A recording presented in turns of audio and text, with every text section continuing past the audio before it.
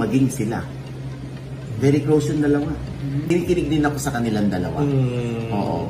Kasi nung Kim C, hindi ako kinikilig. Bilino, gusto ko si Kim para sa kanya. OG Diaz at Christy Permin, boto na magkatuluyan ang Kim Pao.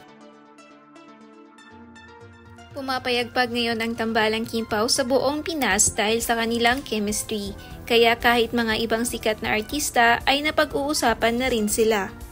Si OG Diaz ay kilala sa tagapaghatid ng balita at chismis ukol sa nangyayari sa mga sikat na celebrity at love team. Ayon sa last vlog niya, nabanggit niya sa publiko na boto daw siya kay Paolo para kay Kim dahil deserve daw umano ng aktres na mahalin ulit. Ani pa niya ay kinikilig daw siya sa tambalang Kim Pao. Never daw siyang kinilig sa Kim C. Kung pareho daw single ang dalawa, hindi daw malabong magkakaroon sila ng relasyon dahil sobrang comfortable nila sa isa't isa. Si Christy Permin ay isa din sa isang tagahatid ng chismis patungkol sa mga relasyon ng mga artista sa showbiz. Nakaraan lang ay proud niyang binabasa ang mga komento ng mga netizens tungkol sa Kim Pao.